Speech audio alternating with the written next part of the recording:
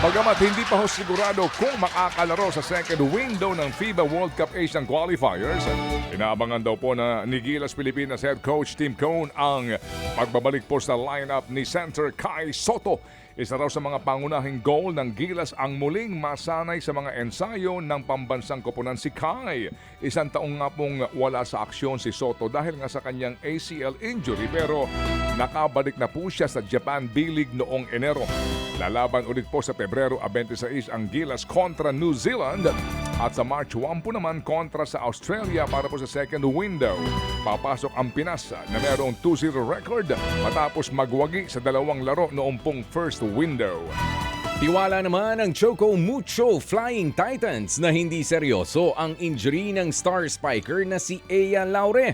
Git ni Choco Mucho head coach Dante Alinsunurin, okay naman daw ang lagay ni Laure. Nasaktan si Laure matapos ngang mag-dive para sa bola sa laban nila kontra sa Creamline Cool Smashers noong Martes.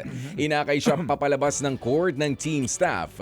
Nagtala ng 19 puntos si Laure bago umexit. Natalo sa loob ng 4 sets ang Flying Titans. Umaasa naman ang koponan na makakalaro si Laure kontra sa Capital One sa Martes.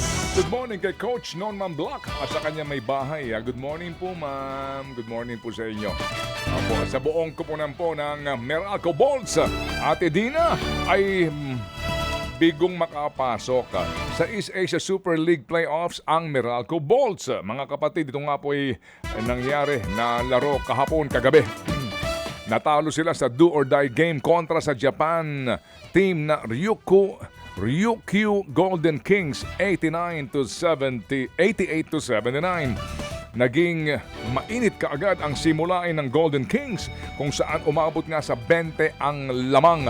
Tinangkang humabol ng Bolts sa second half pero kinapos ang kanilang comeback.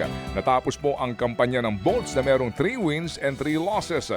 Top seed ho naman ngayon ng Group B ang Ryukyu na merong isang talo lamang sa 6 na laro.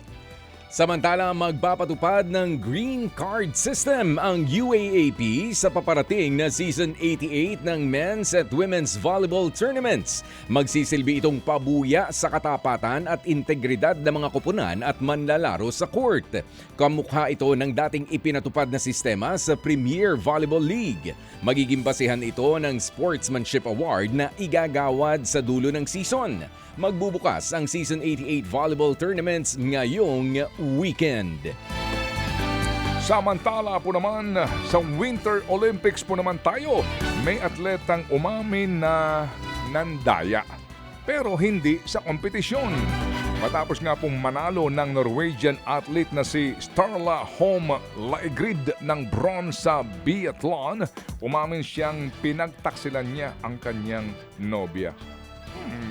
Pang Valentine's pala ito na story. Hindi pala ito Sports 5. Anya, napagtanto niyang love of his life ang kanyang nobya at hindi na niya kayang itago ang kanyang pagluloko. Aba. Ayun. Inihalin tulad niya ang kanyang nobya sa isang Olympic gold medal. Kaya pinili niyang humingi ng tawad. Mga kapatid, brothers and sisters, saan ka pa? Dito na tayo sa totoo. Dito na tayo sa True FM. Mga kapatid, mag-subscribe and follow po kayo sa social media accounts ng True Network PH. Yan po kami. Hanapin nyo lang True Network PH, Facebook, Instagram, YouTube, TikTok, and podcast. Mapa Apple or Spotify man yan, mahahanap nyo kami. Lahat ng mga napapanood at napapakinggan nyo po sa programa, nasa social media accounts namin yan. So, paano mga kapatid? See you sa social media!